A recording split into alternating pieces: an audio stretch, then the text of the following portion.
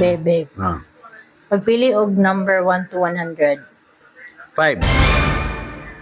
5. Hmm. So 5 days po taway tingugan. Uy, uy, uy, uy. O, sab, papili akong tarong, sab. Sige, sa man. 100. So, sugot ko dahil ha? Good morning, sir. Nakoy pangunta na ba? Unsay makapabuhi sa imuha? Approve na ang loan? Bebe. Hmm. Nakoy pangunta na ba? Ito na, pangutana. Sige lang, good eh. Eh?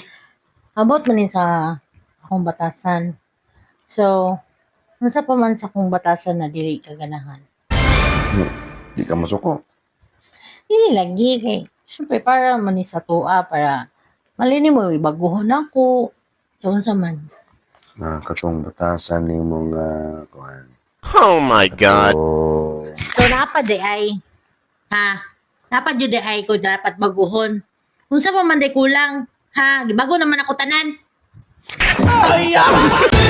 Gusto ba ninyo makakwarta? Ibaligya na inyong maldita nga asawa. Okay. Paglungag na dito, sige video. Ikaw man akong baligya karon. Babe, magpa-rhinoplasty kaya ako no para masamot ko kagwapa kay matalinis na niya akong ilong.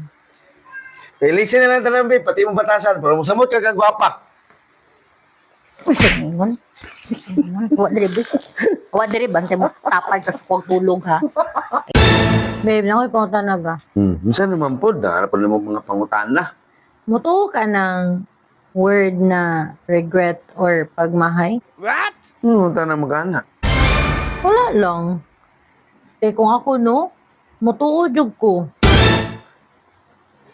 Pero depende sa sitwasyon. Oh, samot na ko. How ba? Nga naman. Muto juga ng pagmahay. Pagmahay, magali ko. Ikaw, ako asawa. Ang almusal ay sigaw. Babe. Para sa mga kinsa may pinakagwapa. Ang pinakagwapa, si Kuan. So magunang-una, pajuday ka. Ha? Dili day akong pinakagwapa sa mga.